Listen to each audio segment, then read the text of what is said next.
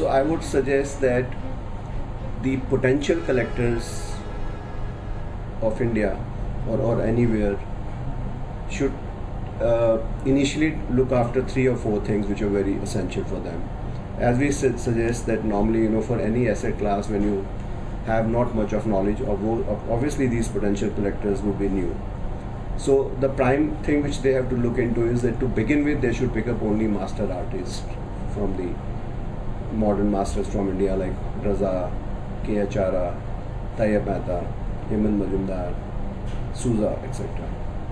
So first is that they should not just, go into any kind of work. So masters means that they would be able to see the perceived value, that the money which they put in, the amount for which they bought a painting, right? It's a master, it has name, and obviously masters are much more liquid. They also appreciate. I mean, we have never seen that the masters depreciating. So to begin with, for a potential collector, this is the first thing which they have to look into. For a seasoned collector, we'll see that normally, a seasoned collector knows other nitty-gritties, but the most important thing which I have noticed and which is ignored in most of the seasoned collector is that even though the objective of picking up a work by the collector is that he likes that, but of course we also have to see that at what price are you buying, whether the work is worth that, right? So I would suggest that suppose somebody is looking for a collection of Raza and he's a seasoned collector, what he should look is at the rarity of the work, because a collector always have to have in his collection a very, very rare series or a very, very rare work.